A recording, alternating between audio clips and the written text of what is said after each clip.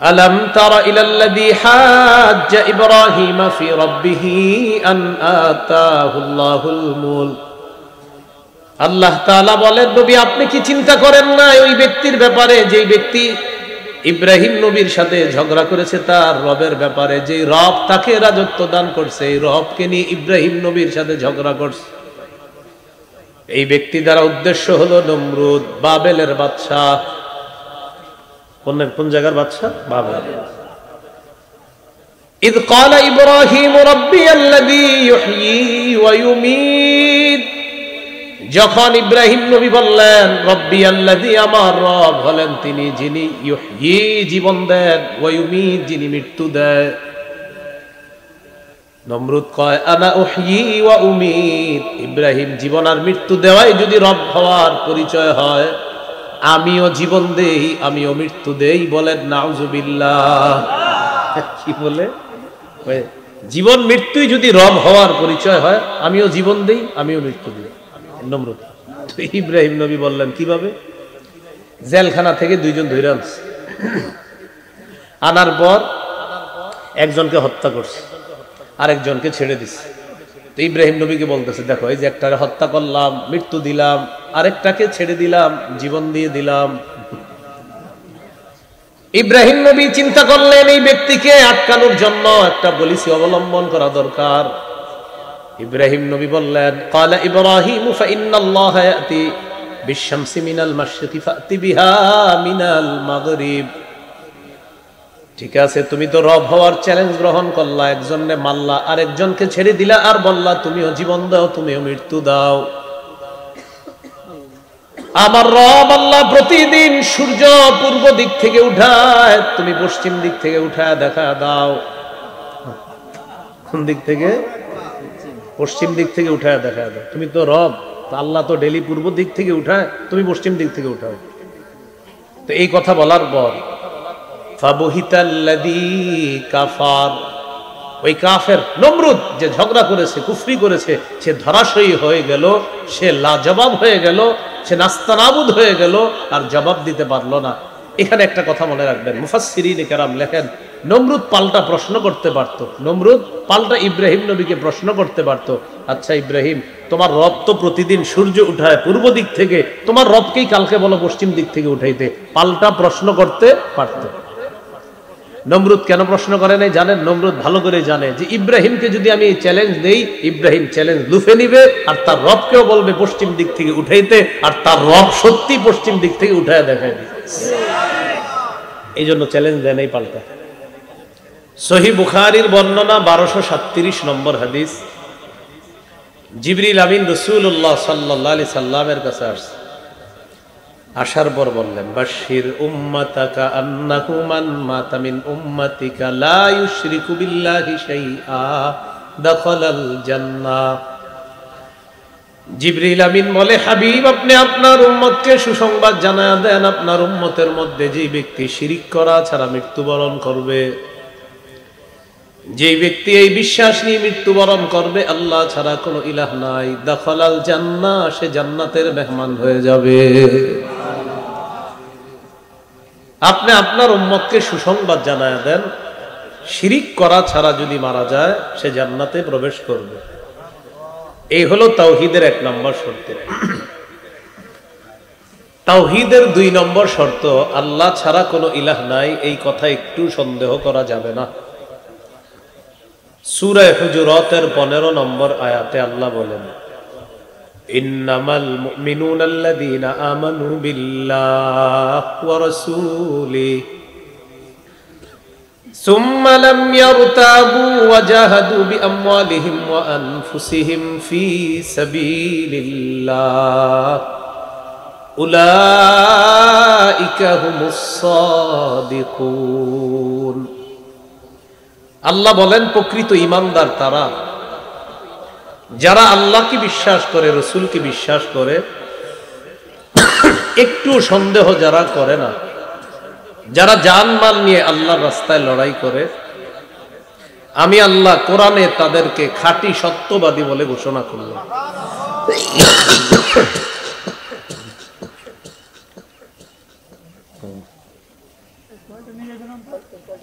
বিসমিল্লাহ।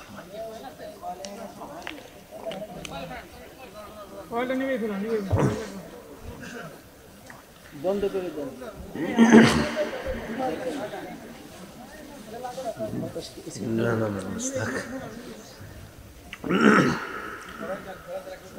তো বলছিলাম তাওহীদের 2 নম্বর শর্ত,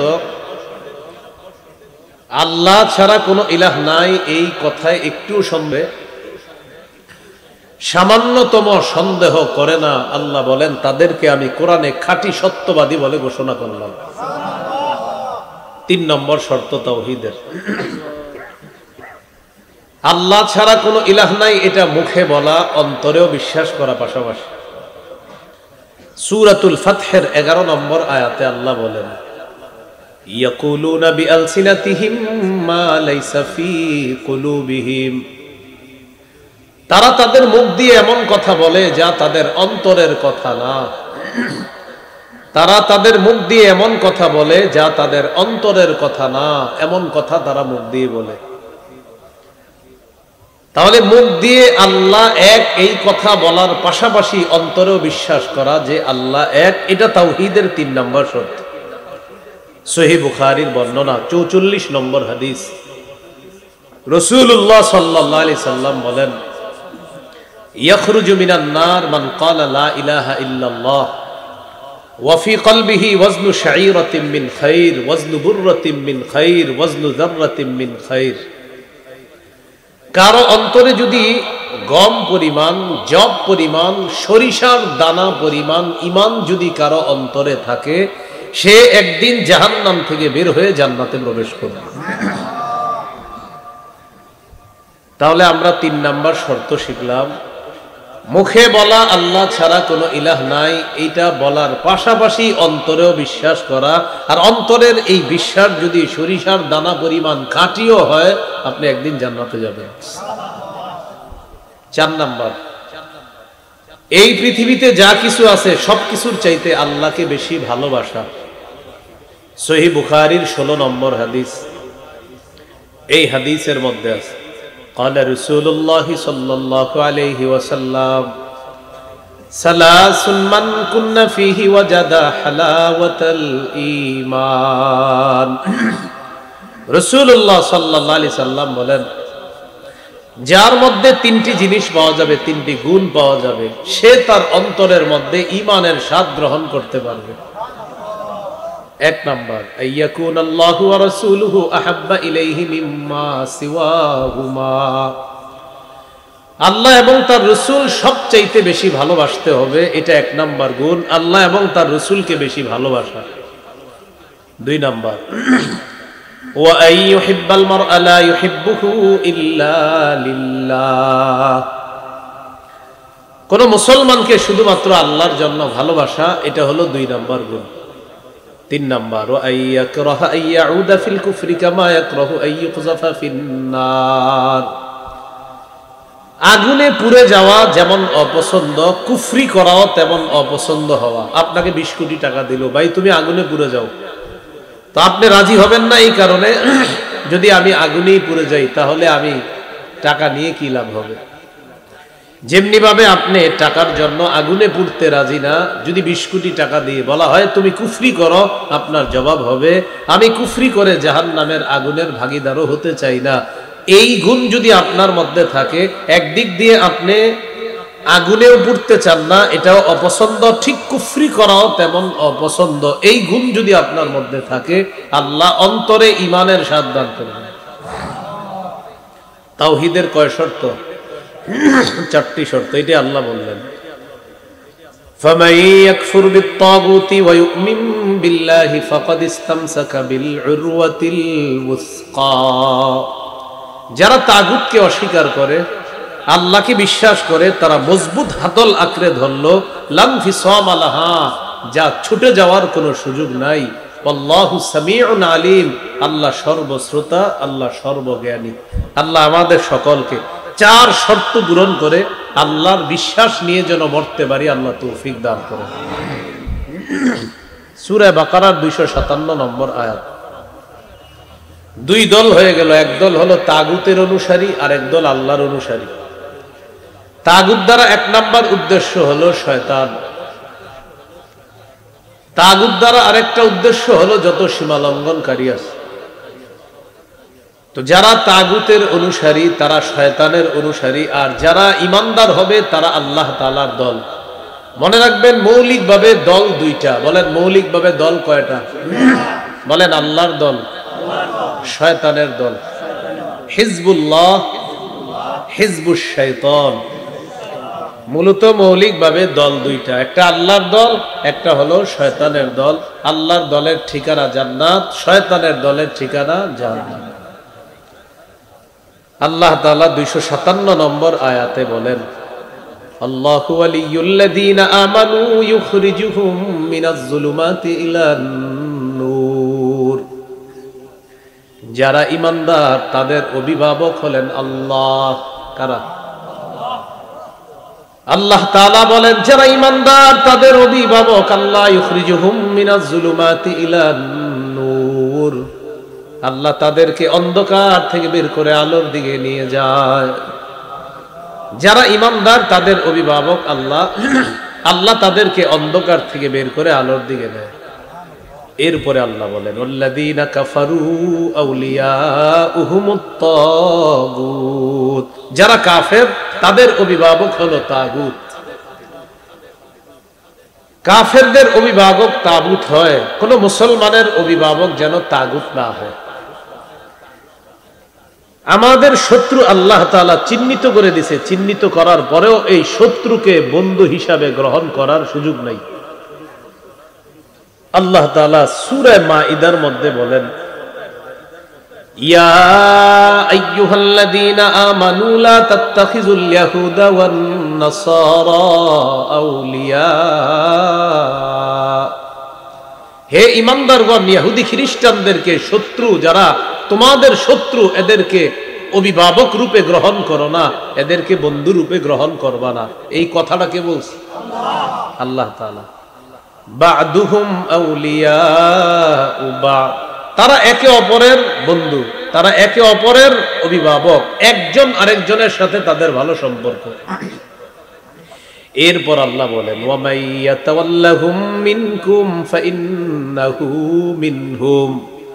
তোমরা ঈমানদার যারা তোমাদের মধ্য থেকে যারা ইহুদি খ্রিস্টানদেরকে বন্ধু বানাবে, ওই ঈমানদারও তাদের দলভুক্ত হয়ে যাবে।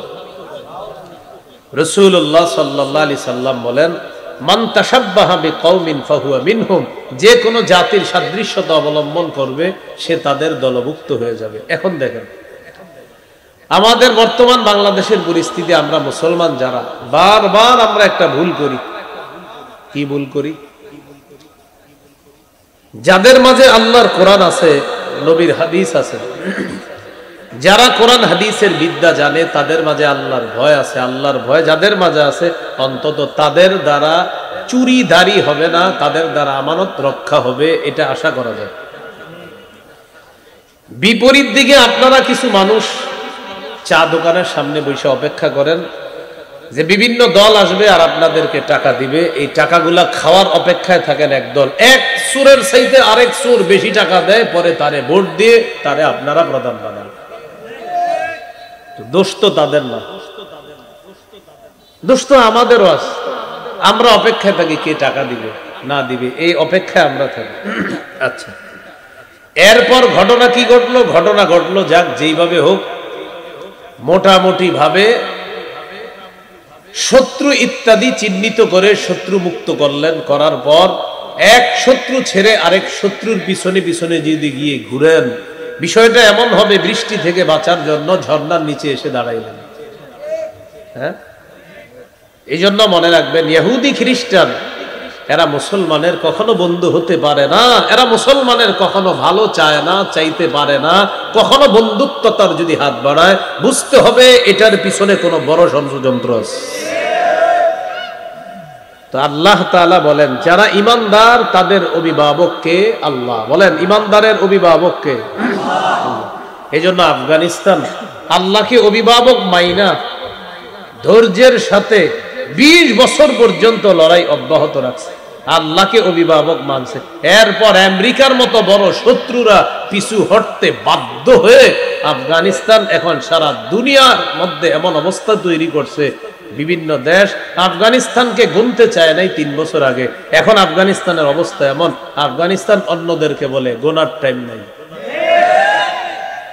তারা অভিভাবক বানাইছে কাকে? আমরা অভিভাবক বানাই কারে জানেন? একটা শত্রু আপনার ছাড়ার পর আরেক শত্রুকে গিয়ে অভিভাবক বানাই, মানে বৃষ্টি থেকে বাইচা ঝর্ণার নিচে এসে দাঁড়ায়। তাহলে ইমানদারের অভিভাবক কারা? এটা আল্লাহ বললেন, আল্লাহু ওয়ালিয়ুল্লাযীনা আমানু ইখরিজুহুম মিনাজ যুলুমাতি ইলান নূর। যারা ইমানদার তাদের অভিভাবক আল্লাহ। ইখরিজুহুম মিনাজ যুলুমাতি ইলান নূর, আল্লাহ তাদেরকে অন্ধকার থেকে বের করে আলোর দিকে নিয়ে যায়। ওয়াল্লাযীনা কাফারু আউলিয়াউহুমুত তাগুত ইখরিজুনাহুম মিনান নূরি ইলাজ যুলুমাত। আর যারা কাফের তাদের অভিভাবক হলো তাগুত, তারা তাদেরকে আলো থেকে বের করে অন্ধকারের দিকে নেয়। বলেন তো তাগুত কি করে আলো থেকে অন্ধকারের দিকে নেয়, আর আল্লাহ অন্ধকার থেকে আলোর দিকে নেয়? এরপরে আল্লাহ বলেন, উলাইকা আসহাবুন নারি হুম ফিহা খালিদুন।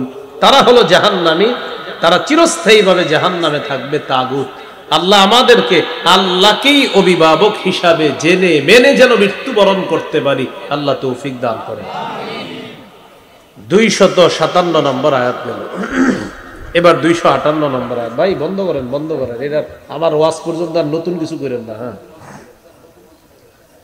সূরা বাকারার 258 নম্বর আয়াত। এই আয়াতটা একটু বুঝেন। আমাদের নবীকে আল্লাহ তাআলা ডাক দিয়ে বলে, হাবিব আপনি কি দেখেন নাই, চিন্তা করেন নাই ওই ব্যক্তির ব্যাপারে যাকে আমি রাজত্ব দান করলাম, রাজত্ব পাওয়ার পর সে নিজের বলে সেই খোদা। এখন রাজত্ব দিছে কে? আল্লাহ রাজত্ব দিছে। রাজত্ব পাওয়ার পর সে তার ভাবসাব এমন না আমি খোদা। তার সাথে ইব্রাহিম আলাইহিস সালাতু ওয়াস সালামের একটা ঝগড়া হলো। তো আল্লাহ তাআলা আমাদের নবীকে বলতেছে, আলাম তারা ইলাল্লাযী হাজ্জা ইব্রাহিম ফি রাব্বিহি আন আতাহুল্লাহুল মুলক।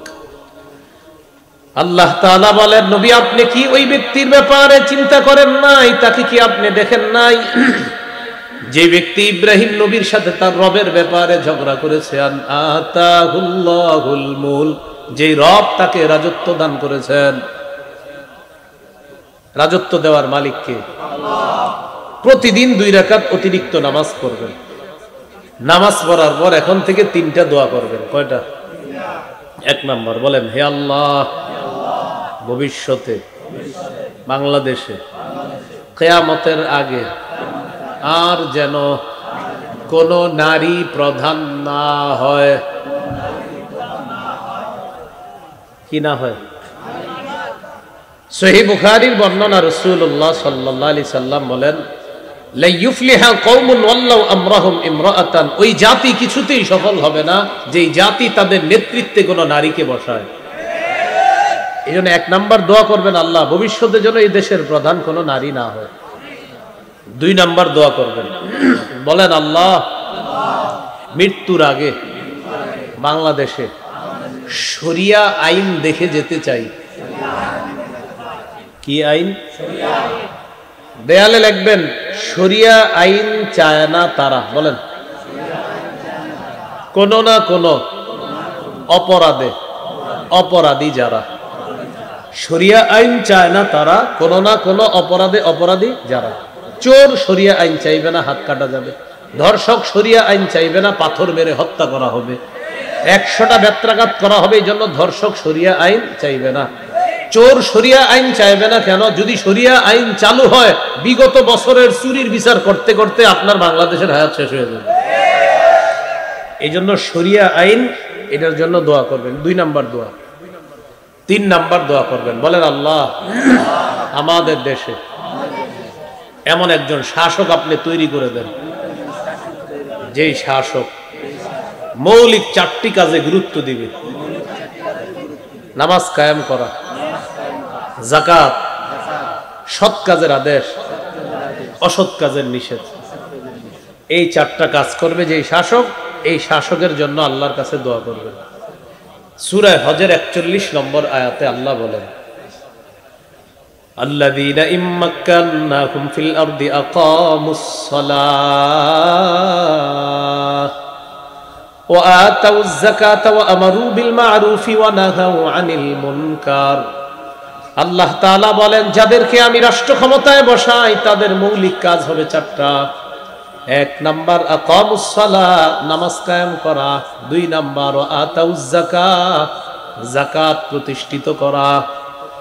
3 নাম্বার আমারু বিল মা'রুফ, সৎ কাজের আদেশ করা। 4 নাম্বার নাহাউ আনিল মুনকার, অসৎ কাজের নিষেধ করা।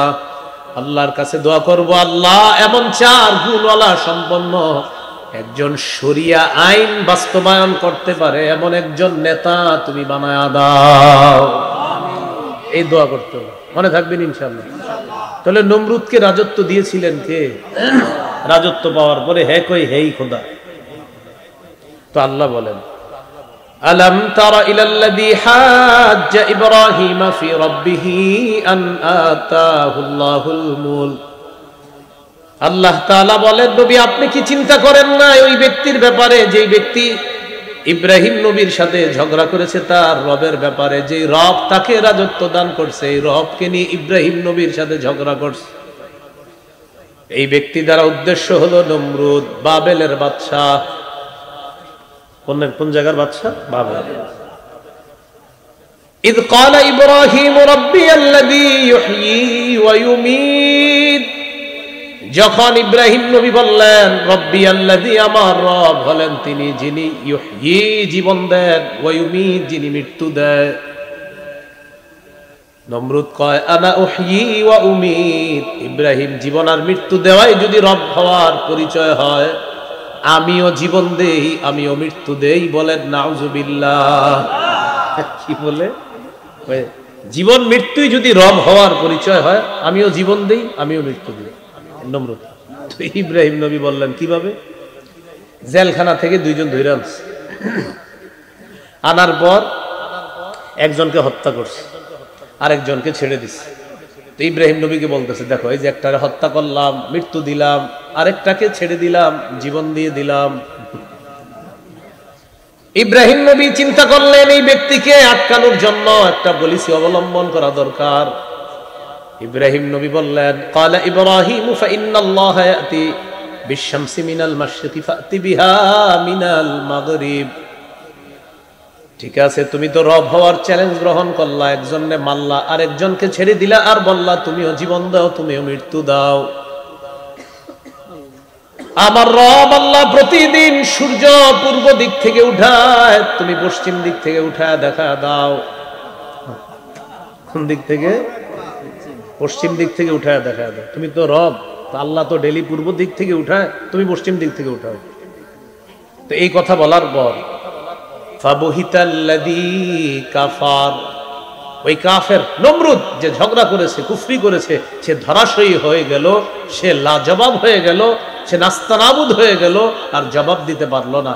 এখানে একটা কথা মনে রাখবেন, মুফাসসিরিন কেরাম লেখেন, নমরুদ পাল্টা প্রশ্ন করতে পারত, নমরুদ পাল্টা ইব্রাহিম নবীকে প্রশ্ন করতে পারত, আচ্ছা ইব্রাহিম, তোমার রব তো প্রতিদিন সূর্য উঠায় পূর্ব দিক থেকে, তোমার রবকেই কালকে বলো পশ্চিম দিক থেকে উঠাইতে। পাল্টা প্রশ্ন করতে পারত।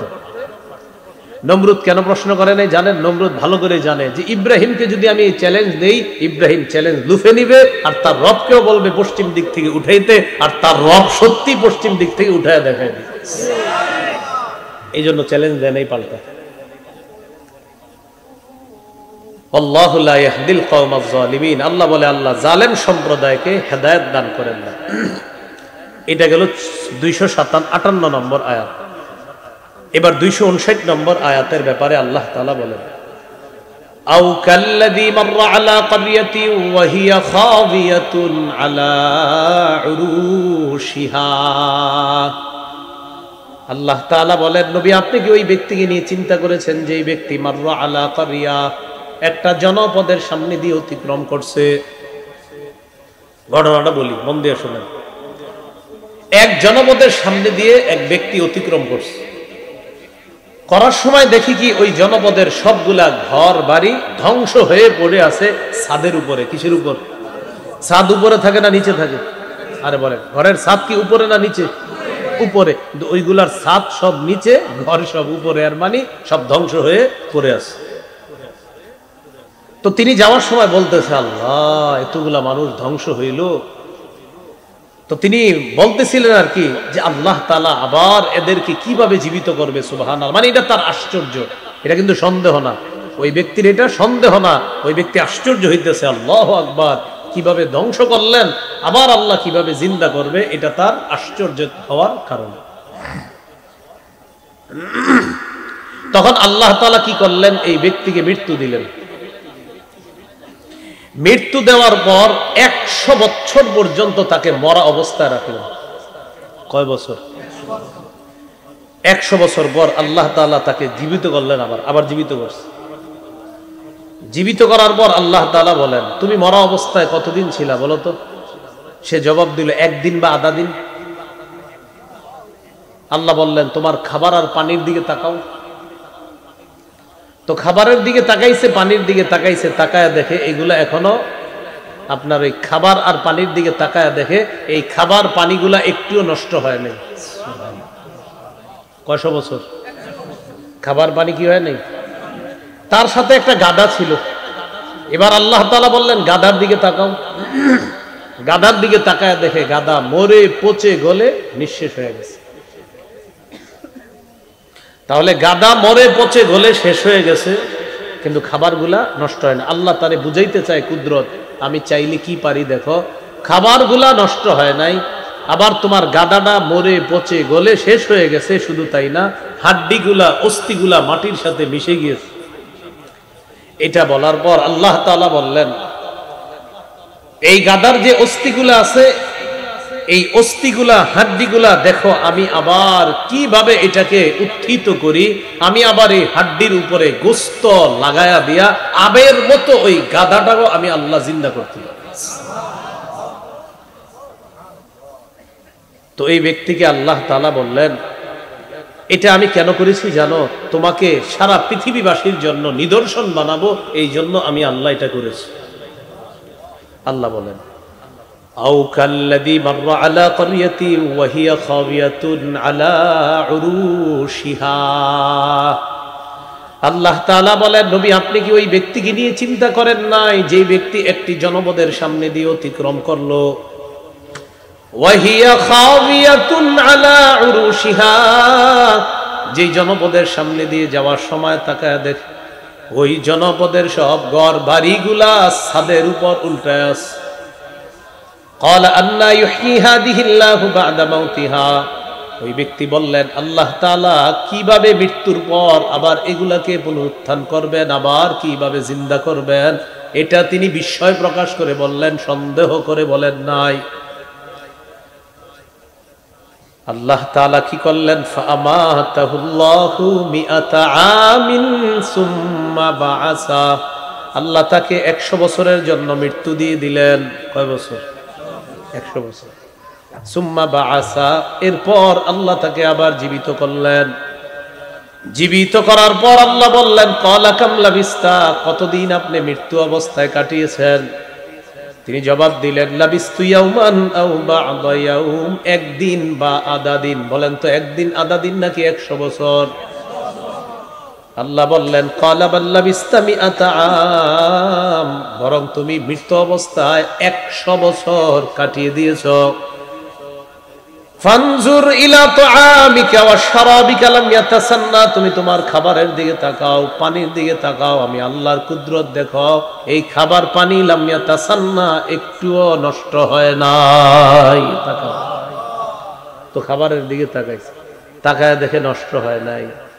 এবার আল্লাহ বললেন, অনজুর ইলা হিমারিকা, তুমি তোমার গাধার দিকে তাকাও। ওয়ালিনাজআলাকা আয়াতাল লিন্নাস, এই যে তোমাকে 100 বছর মৃত অবস্থায় রাখলাম, 100 বছর পর আবার তোমাকে জিন্দা করলাম। জিন্দা করার পর তোমার খাবারগুলা তোমাকে দেখায় দিলাম, 100 বছরে খাবারগুলা নষ্ট হয় নাই। আমি আল্লাহ এটা কেন করেছি জানো? দুনিয়াবাসীর জন্য, তোমাকে নিদর্শন বানানোর জন্য। আমি আল্লাহ 100 বছর মৃত রাইখা আবার জিন্দা করলাম, মানুষ যেন বুঝতে পারে কিয়ামতের ময়দানে আমি আল্লাহ মানুষকে আবার জিন্দা করব, এতে কোনো সন্দেহ নাই। তোমাকে দিয়ে দুনিয়াবাসীর কাছে আমি একটা প্রমাণ হিসাবে রেখে দিলাম, মানুষ যেন বুঝে আমি তাদেরকে আবার জিন্দা করব। তোমাকে জিন্দা করলাম, ওয়ালিনাজআলাকা আয়াতাল লিন্নাস, আমি তোমাকে মানুষের জন্য নিদর্শন বানিয়েছি, এজন্য এটা করেছি। এবার আল্লাহ বলেন ওয়ানজুর ইলাল ইযাম, অস্থিগুলার দিকে তাকাও, ঘোড়ার হাড্ডিগুলা পচে গলে যে মাটির সাথে মিশে গেছে, এগুলার দিকে তাকাও। তো তাকাইছে, তাকানোর পর দেখে ঘোড়াটা নাই, গাদাটা নাই, এই গাদা মরে পচে গলে গাদার হাড্ডিগুলা মাটির সাথে মিশে গেছে।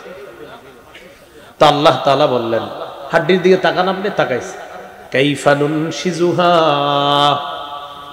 আল্লাহ তাআলা বলেন দেখো এখন আমি কিভাবে কাইফা নুনশিজুহা এটা পুনরুত্থান করি, আবার উত্থিত করি। সুম্মা নাকসুহা লাহমা, আমি আল্লাহ ওই হাড্ডির উপর আবার গোশত এটার মধ্যে প্রবেশ করায়া দেই, গোশতের পোশাক পরায়া দেই। আল্লাহ বলেন এই পুরাতন হাড্ডির মধ্যে গোশতের পোশাক পরায়া দেয়া, দেখেন 100 বছর আগের ওই গাধা আমি আবার কিভাবে জিন্দা করলাম।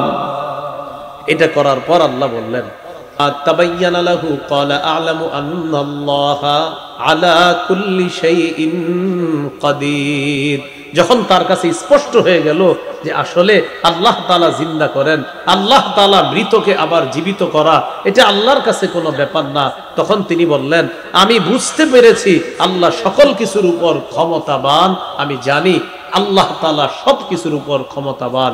এখন কথা হলো এই ব্যক্তিটা কে, যে ব্যক্তির সাথে এটা ঘটনা ঘটছে? কোরআন এই ব্যক্তি সম্পর্কে কিছু বলে নাই। আর ওই এলাকাটা যে এলাকায় ধ্বংসের ঘটনাগুলো ঘটছে এটা কোন এলাকা, এই ব্যাপারে কোরআনও স্পষ্ট কিছু বলে নাই। মুফাসসিরিনে কেরাম গবেষণা করে বলেন এই ব্যক্তিটা হলো উযাইর আলাইহিস সালাম। কোন নবী? অথবা আরমিয়া, একজন নবী আছে, কি নাম? আরমিয়া। উযাইর নবী অথবা আরমিয়া নবী এই ব্যক্তিটা। আর এলাকাটা কোন এলাকা? মুফাসসিরিনে কেরাম এবং ঐতিহাসিকগণ গবেষণা করে বলেন এলাকাটা হলো বাইতুল মুকাদ্দাসের একটা এলাকা। কোন জায়গা? বাইতুল মুকাদ্দাসের একটা এলাকা। তাহলে বলেন তো মৃত্যুর পর আবার পুনরুত্থান করবে, জীবিত করবে, এই ক্ষমতা কার? এটা আল্লাহ বুঝাইলেন যে আমি আল্লাহ চাইলে সব করতে পারি।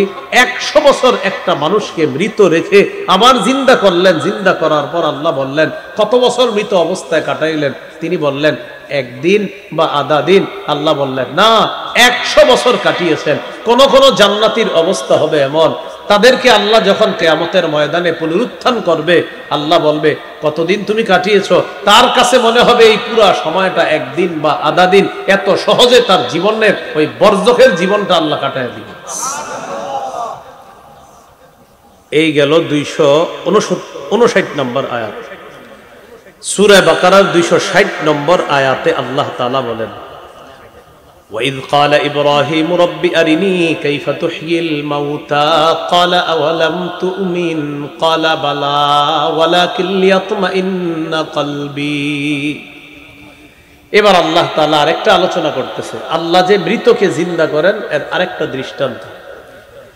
ইব্রাহিম আলাইহিস সালাতু ওয়াস সালাম একদিন বললেন আল্লাহ আমার একটু দেখান আপনি কিভাবে মৃতকে জিন্দা করেন। আল্লাহ বলেন আপনি কি বিশ্বাস করেন না? ইব্রাহিম নবী বললেন আল্লাহ বিশ্বাস তো করি, তবে অন্তরের প্রশান্তির জন্য আমি একটু দেখতে চাই আপনি কিভাবে মৃতকে আবার জিন্দা করেন। আল্লাহ তাআলা বললেন 4টা পাখি ধরেন। আপনি 4টি পাখি ধরার পর এই 4টি পাখি আপনি বশ করেন, যেভাবে আমরা পাখি বশ করি, কবুতর বশ করে না? ইব্রাহিম নবীকে বললেন এই 4টি পাখি বশ করবেন। করার পর এই 4টি পাখি আপনি টুকরা টুকরা করবেন। করার পর বিভিন্ন পাহাড়ের মধ্যে আপনি পাখির টুকরাগুলা রেখে দিবেন।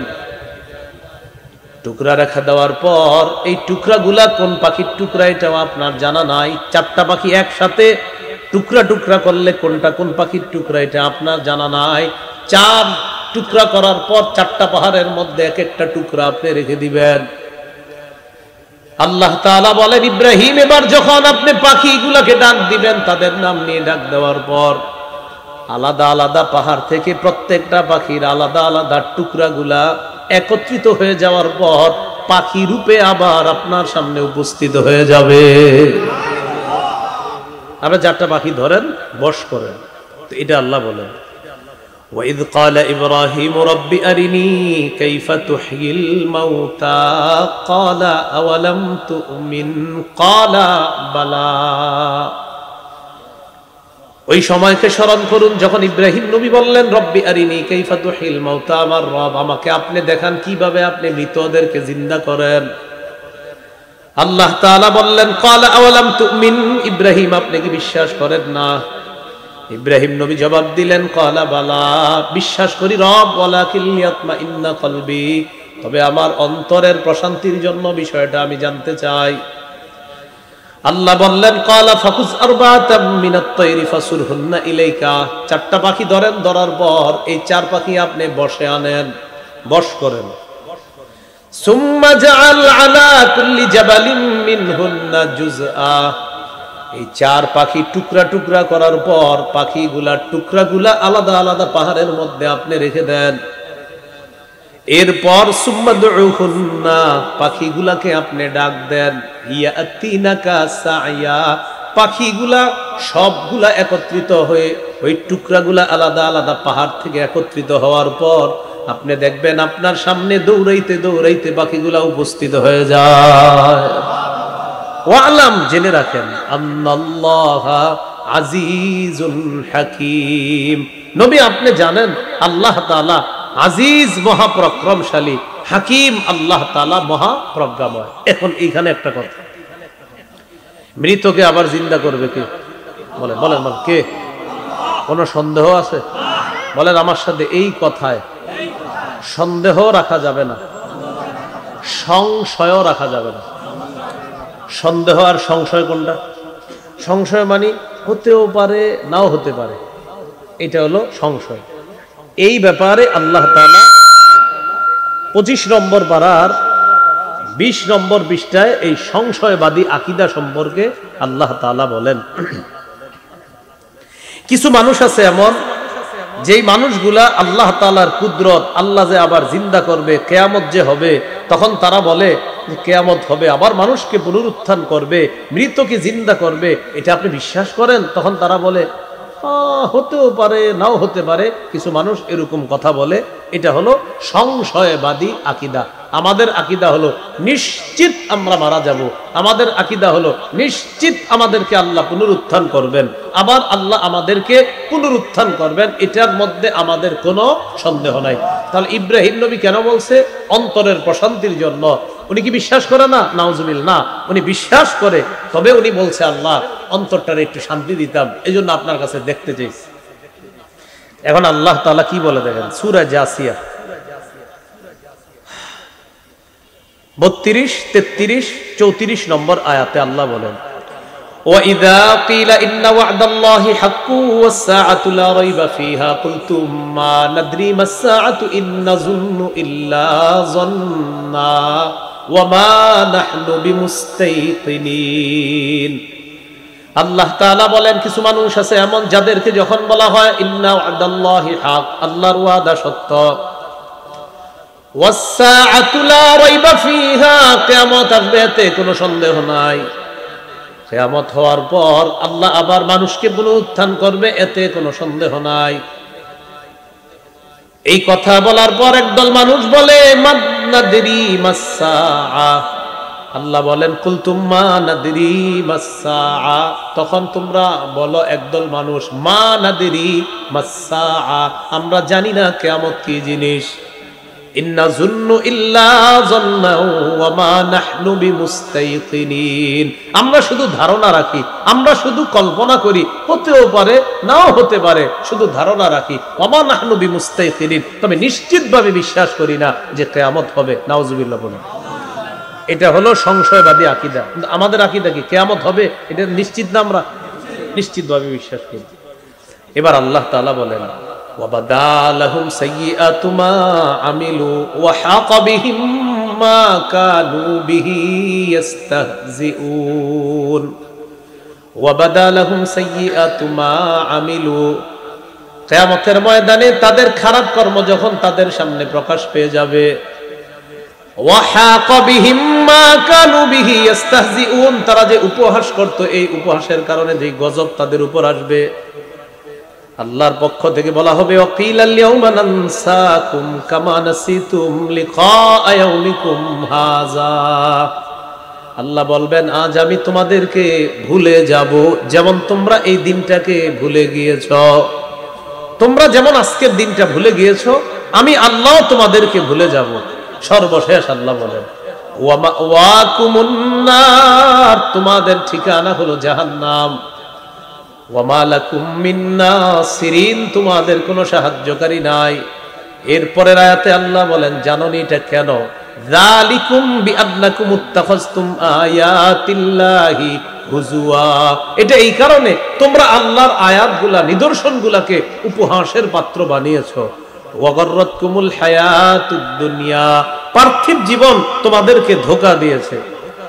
ফালইয়াউমা লা ইখরাজুনা মিনহা ওয়ালা হুম ইস্তাআতাবুন, আল্লাহ বলেন আজ তাদেরকে জাহান্নাম থেকে বের করা হবে না, ওয়ালা হুম ইস্তাআতাবুন, আর তাদেরকে কোনো ওজর আপত্তি পেশ করার কোনো সুযোগও দেওয়া হবে না যে আল্লাহ আমরা একটু আপনার কাছে চাই, আমাদের একটু আরামের সুযোগ দেন, আমরা একটু বিশ্রাম নিতে চাই, আল্লাহ অনেক ক্লান্ত হয়ে গেছি, একটু সুযোগ দেন।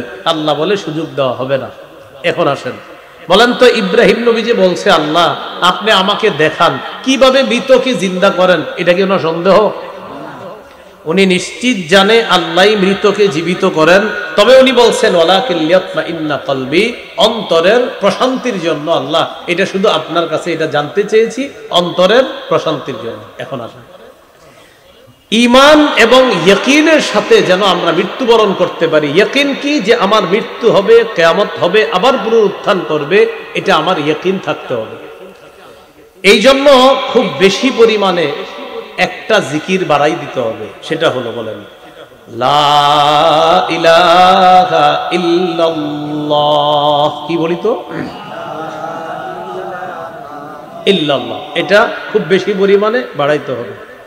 তিরমিজির বর্ণনা ৩৫৯২ নম্বর হাদিস, ক্বালা রাসূলুল্লাহ সাল্লাল্লাহু আলাইহি ওয়াসাল্লাম মান ক্বালা লা ইলাহা ইল্লাল্লাহ কাত্তু মুখলিসান, নবী বলেন যে ব্যক্তি ইখলাসের সাথে পড়বে লা ইলাহা ইল্লাল্লাহ ইল্লা ফুতিহাত লাহু আবওয়াবুস সামাই হাত্তা তুফজিয়া ইলাল আরশ, নবী বলেন আসমানের সবগুলা দরজা খুলে দেওয়া হয়, তার লা ইলাহা ইল্লাল্লাহ যেন আরশ পর্যন্ত পৌঁছে যায়। এই হলো আপনার এক অংশ, যে অংশ পর্যন্ত আল্লাহ তাআলা আমাদেরকে কিছু ইয়াকিন দিলেন, কিছু আকীদা বিষয়ে আল্লাহ তাআলা আলোচনা করলেন। তাহলে বলেন তো রাজত্ব দেয় কে? মৃত্যু দেয় কে? জীবন দান করেন কে? মুমিনদের অভিভাবক কে? কাফেরদের অভিভাবক শয়তান। কাফেরদের অভিভাবক শয়তান, মুমিনদের অভিভাবক কে? আর কাফেরদের অভিভাবক শয়তান। এবার আল্লাহ তাআলা সওয়াব যেন আমরা বেশি বেশি বাড়ায়া আমাদের আখিরাতের জন্য সঞ্চয় করতে পারি, এই ব্যাপারে আল্লাহ তাআলা সূরা বাকারার 261 নম্বর আয়াতে আল্লাহ বলেন আপনাদের এলাকার একজন একটা বিচি লাগাইছেন, একটা বিচি, এই বিচি থেকে 60টা শীষ হইছে, প্রথমে গাছ 60টা শীষ হইছে, 60টা শীষের মধ্যে প্রত্যেকটার মধ্যে 100টা করে দানা আছে। তাহলে বলেন তো 7 100 কত হয়? 700। কেউ যদি 1 টাকা দান করেন আল্লাহ তাকে কমপক্ষে 700 নেকি দান করবেন।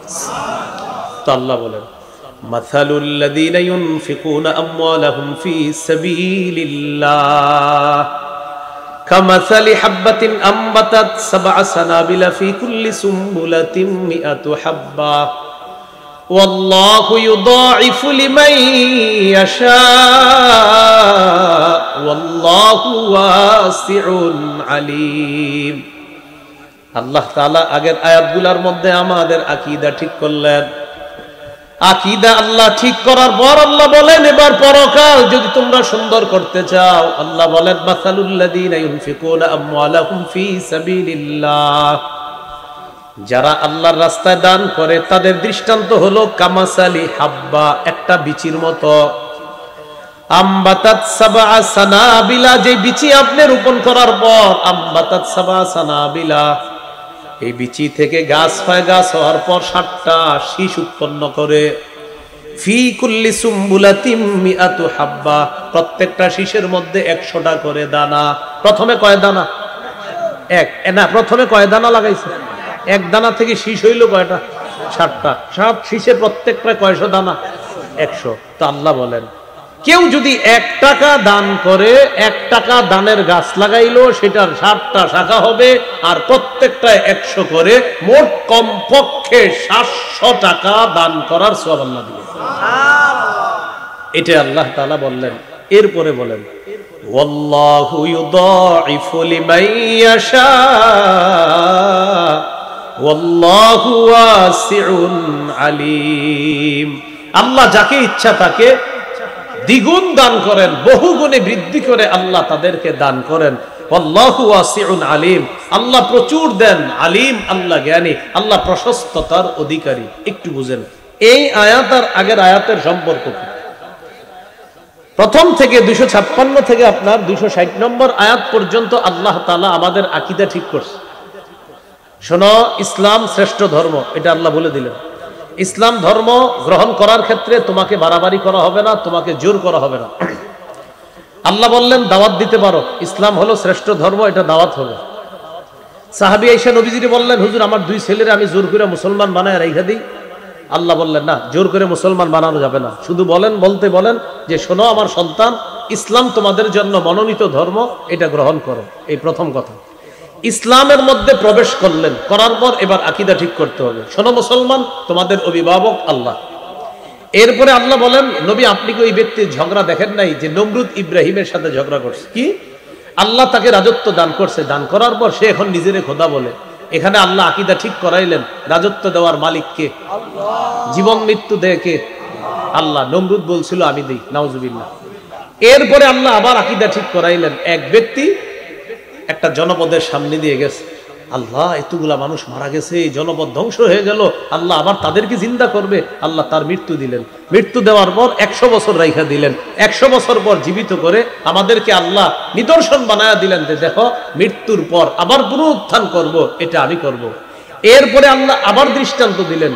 ইব্রাহিম নবীরে বললেন 4টা পাখি ধরেন, ধরার পর টুকরা টুকরা করে বিভিন্ন পাহাড়ের মধ্যে রাইখা দেন, নাম ধরে ডাক দিবেন। পাখিগুলার টুকরাগুলা আলাদা আলাদা জায়গা থেকে টুকরা একত্রিত হয়ে যেই যেই পাখি ছিল আপনার, ওই পাখির রূপে আপনার সামনে ফিরে আসবে। এখানে আকীদা ঠিক করলেন। এবার বলেন ইসলাম, বলেন ইসলাম, ঈমান। তাহলে ইসলামে প্রবেশ করলেন, প্রবেশ করার পর এবার আপনার আকীদা ঠিক হতে হবে, হ্যাঁ আল্লাহই রাজত্ব দেয়, আল্লাহই জীবন দেয়, আল্লাহই মৃত্যু দেয়। আকীদা ঠিক করলেন, করার পর আল্লাহ বলেন পরকালে যে যাইবা, যাওয়ার জন্য কিছু সঞ্চয় তোমরা দুনিয়াতে থাকতেই করবা। এই ব্যাপারে আল্লাহ একটা দৃষ্টান্ত দিলেন যে দান করা আল্লাহর রাস্তায়। এখানে দান করা দ্বারা উদ্দেশ্য কি? সদকা হতে পারে, যাকাতও হতে পারে।